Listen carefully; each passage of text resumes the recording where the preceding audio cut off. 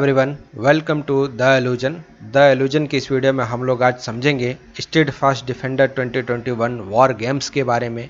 जानेंगे ये क्या है। साथ ही में हम लोग इस वीडियो में जानने वाले हैं नॉर्थ अटलांटिक ट्रीटी ऑर्गेनाइजेशन, जिसको शॉर्ट में नेटो कहते हैं। इन दोनों चीज़ों को यहाँ पर हम लोग समझेंगे आखिर ये न्यूज़ में क्यों है। न्यूज में इसलिए है क्योंकि हाल ही में स्टेडफास्ट डिफेंडर 2021 वॉर गेम्स को आयोजित कराया गया है, जो एक सैन्य अभ्यास मिलिट्री एक्सरसाइज है। इसे आयोजित कराया गया है, इसको कंडक्ट कराया गया है नेटो के द्वारा। अब नेटो यहाँ पर क्यों आ गया, इस चीज को भी हम लोग समझेंगे। लेकिन यहाँ पर नेटो और यूरोपियन यूनियन, साथ में अमेरिका बहुत ज्यादा खुश नहीं है रशिया से। अब रशिया से खुश नहीं होने का एक कारण है, लेकिन उस कारण को हम लोग बाद में समझते हैं। पहले ये समझ लें कि आखिर इस स्टेडफास्ट डिफेंडर 2021 को कहां पर कंडक्ट कराया गया, जिसमें हजारों सैनिक और बहुत सारे वॉरशिप और बहुत सारे दर्जनों एयरक्राफ्ट ने भाग लिया। आखिर ये जो युद्ध अभ्यास है ये कराया कहाँ गया, तो ये कराया गया अटलांटिक ओशन में, यूरोप के आसपास और ब्लैक सी में। अब इस चीज को समझने के लिए हम लोग चलते हैं मैप पर, क्योंकि वहां पर आपको अच्छे से हर एक चीज क्रिस्टल एंड क्लियर हो सकेगा। तो हम लोग आ गए मैप पर, और ये है हमारा प्यारा भारत। यहाँ से हमको जाना होगा वेस्ट की ओर, तो यहाँ पर आपको मिलेगा यूरोपियन यूनियन। देखो, ये जो एक्सरसाइज है, ये जो मिलिट्री एक्सरसाइज कराया गया, जिसका नाम स्टेडफास्ट डिफेंडर 2021 रखा गया है, तो इसको कराया गया इस रीजन के आसपास। यहाँ आप देख सकेंगे ये है ब्लैक सी, ये है मेडिटेरियन सी, और ये है नॉर्थ अटलांटिक ओशन। तो इसी के आसपास इस वॉर गेम को यहाँ पर कराया गया। और कराने का, जैसे कि मैंने आपको बताया, रीजन रशिया। ये क्यों हुआ, क्योंकि हाल ही में आप यदि द एलुजन का करंट अफेयर फॉलो कर रहे हैं, तो हाल ही में एक वीडियो अपलोड किया गया था जो कि बेलारूस के बारे में था। तो चलिए मैं इसके बारे में कुछ बता दूं।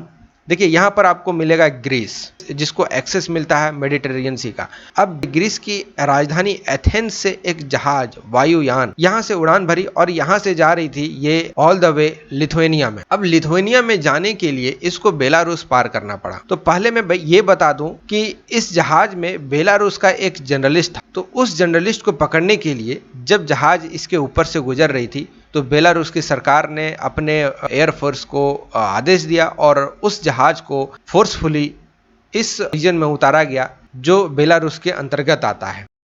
तो यहाँ पर इस जहाज को उतारा गया, और कारण एक ही था जहाज को उतारने का, क्योंकि उस जर्नलिस्ट को पकड़ना था जो सरकार के खिलाफ में बहुत कुछ लिख रही थी। देखिए, सरकार के खिलाफ में आखिर लिख क्यों रही थी। यहाँ इस देश को आज़ादी मिली है 1994 में। हाल ही में अभी 30 साल हुए ही हैं इस देश को आज़ाद हुए, चूँकि बहुत दिन तक जब यूएसएसआर टूटा, तो बहुत दिन तक इसका एक भाग यूएसएसआर के अंदर आता था। तो उस चीज़ से जब बाहर निकला बेलारूस, वो साल था 1994।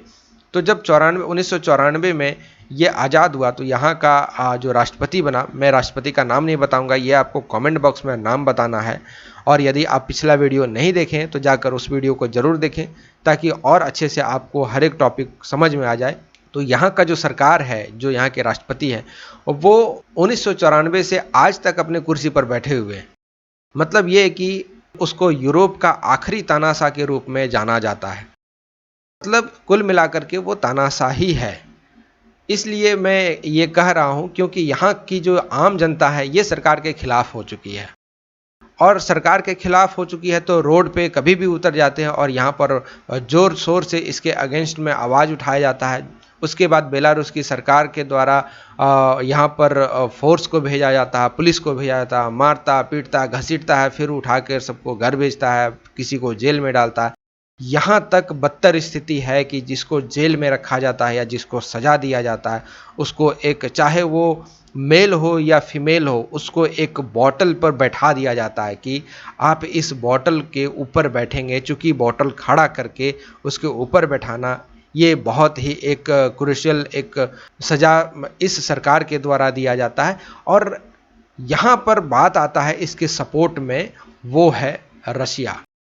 यहीं पर एंट्री करती है रशिया। ये जो पूरा कांड कराया गया ना, कि यहाँ से जो एरोप्लेन उड़ा और ये जा रहा था लिथुएनिया में, यहाँ पर इसको लैंड करना था, लेकिन इसको बेलारूस में ही लैंडिंग करना पड़ा। इसके पीछे जो राज है ये है रशिया। क्योंकि बेलारूस के पास इतना पावर नहीं अब बचा है कि वो इस चीज़ को वो कर पाता, लेकिन यहाँ पर रसिया इसके बैक सपोर्ट में खड़ा हुआ। बेलारूस के सरकार रशियन फेडरेशन में व्लादिमीर पुतिन को ये कहा कि मैं इस काम को करूं तो आप बैक सपोर्ट करोगे, क्योंकि ये काम करने के बाद मुझे पूरे यूरोपियन यूनियन से आलोचना सुननी पड़ेगी। तो यहाँ पर रसिया बढ़ चढ़ के साथ दिया और इस चीज़ को यहाँ पर करने में सफल रहा। तो इस चीज़ को करने के बाद अभी यूरोपियन यूनियन के द्वारा बहुत सारा सैंक्शंस यहाँ पर लगा दिया गया है। प्लस आपको एक और देश दिखता होगा नॉर्थ अटलांटिक के पार वेस्ट में, ये है यूनाइटेड स्टेट अमेरिका। तो अमेरिका ने भी यहाँ पर बहुत सारा सैंक्शंस अब लगा दिया है। यहाँ अब इतनी स्थिति खराब है कि यहाँ की करेंसी कोलैप्स कर जाएगी बहुत ही जल्दी, और आने वाले सालों में बेलारूस के लिए ये बहुत ज़्यादा दुखद दिन होने वाला है। साथ ही में अमेरिका तो ये चाह रहा है कि बेलारूस का जो सरकार है ये जल्द से जल्द पलट जाए। इसके लिए वो बढ़ चढ़ के सामने आ रहा है और यहाँ के लोगों को उकसा रहा है कि आप लोग कुछ भी करो और इस सरकार को बदलो, बाकी सब अमेरिका संभाल लेगा। तो ये बात यहाँ पर चल रही थी। इसके साथ एक और बात यहाँ पर जुड़ती है, वो है यूक्रेन। आप जो यहाँ पर ये देश देख रहे हो यूक्रेन का जो ये रीजन है ना, ये रीजन, इसका नाम है क्राइमिया रीजन। ये यूक्रेन का भाग है, ऑफिशियली ये यूक्रेन का ही भाग है, लेकिन 2014 में रशियन फेडरेशन के द्वारा यहाँ पर फोर्सफुली इस पार्ट को हथिया लिया गया, इस ज़मीन को हथिया लिया गया। आप जो ये लैंड देख रहे हो ये रशियन फेडरेशन के द्वारा यहाँ पर हथिया लिया गया, जो कि यूक्रेन का था। अब इस चीज़ को देखते हुए नेटो ने ये डिसाइड किया कि टर्की, जो कि एक नेटो का मेंबर है जिसको एक्सेस मिलता है ब्लैक सी का, और यहाँ पर रसिया को भी एक्सेस मिलता है ब्लैक सी का, तो यहाँ पर एक बहुत बड़ा हिट पॉइंट हो गया कि यहाँ इस जगह पर इस युद्ध अभ्यास को कराया जा सकता और रसिया को ये चीज़ दिखाया जा सकता है कि अभी भी नेटो सोया नहीं है, ये अभी भी काम कर रहा है, और यदि आपके द्वारा कुछ ऐसी कार्रवाई की जाती है तो आपके खिलाफ भी नेटो कार्रवाई कर सकती है। अब हम लोग जानते हैं नेटो के बारे में कि आखिर नेटो है क्या। नेटो जो है इसको हिंदी में हम लोग कहते हैं उत्तरी अटलांटिक संधि संगठन, और इसकी स्थापना जो है ये हुई थी 4 अप्रैल 1949 में। ये वो दौर था जब वर्ल्ड वॉर 2 खत्म हुआ था। क्योंकि आपको मालूम होगा कि वर्ल्ड वॉर 2 में जर्मनी ने बहुत ज़्यादा आतंक मचाया था, तो जब जर्मनी के द्वारा ये सब चीज़ किया जा रहा था तभी जर्मनी ने सोचा कि कहीं अमेरिका आकर इस चीज़ को शांत कर देता है तो मैं पूरे रीजन में सहिंसा नहीं बन पाऊंगा।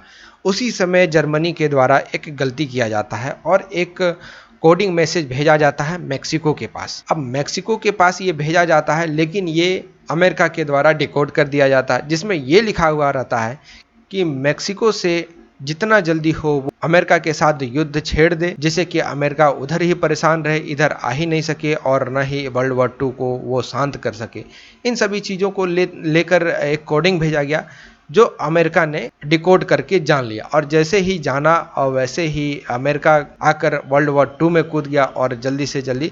अब वो सब अलग टॉपिक है, जब हम लोग वर्ल्ड वॉर 1 और 2 को जब कवर करेंगे तो उस सब चीज़ों को हम लोग पढ़ेंगे। लेकिन उसी समय एक ट्रीटी साइन की गई जिसका नाम था north Atlantic treaty organisation.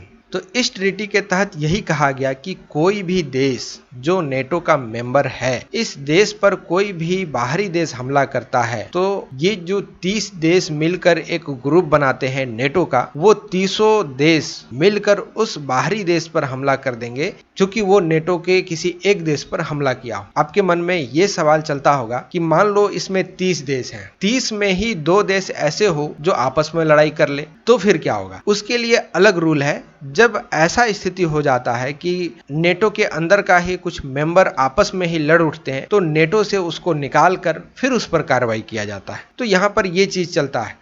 NATO का जो मुख्यालय है ये है ब्रसल्स की राजधानी बेल्जियम में, और नेटो का जो सैन्य समिति है इसके अध्यक्ष जो है अभी वो है स्टुअर्ट पिच।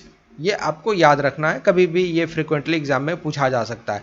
कुल मिलाकर के नेटो के मेंबर देश हैं वो है 30, जैसे कि मैंने आपको बताया। लेकिन मैं एक चीज़ और बता दूं आपको कि जब नेटो सामने आया उसके पहले नेटो नहीं था। उसके पहले ब्रसेल्स की संधि कह के एक संधि थी जिसमें कुल मिलाकर कई छोटे छोटे देश थे, चूंकि वर्ल्ड वॉर 2 खत्म ही हुआ था और फिर से ऐसा चीज सामने नहीं आ जाए, उसके डिफेंड के लिए कुछ देशों ने मिलकर संधि किया। यही सेम कंडीशन उसमें भी लागू था कि यदि कोई देश बेल्जियम, नीदरलैंड, लक्समबर्ग, फ्रांस और यूनाइटेड किंगडम इन सभी देशों में से किसी एक देश पर हमला करता है तो सभी देश मिलकर उस देश पर हमला करेंगे। इस चीज को इस ट्रीटी के अंदर रखा गया था, इस समझौते में रखा गया था। लेकिन बाद में इस एक्सपेंशन किया गया और वहां पर इसको नाम दिया गया नॉर्थ अटलांटिक ट्रीटी ऑर्गेनाइजेशन, जिसको हम लोग आज नेटो के नाम से जानते हैं।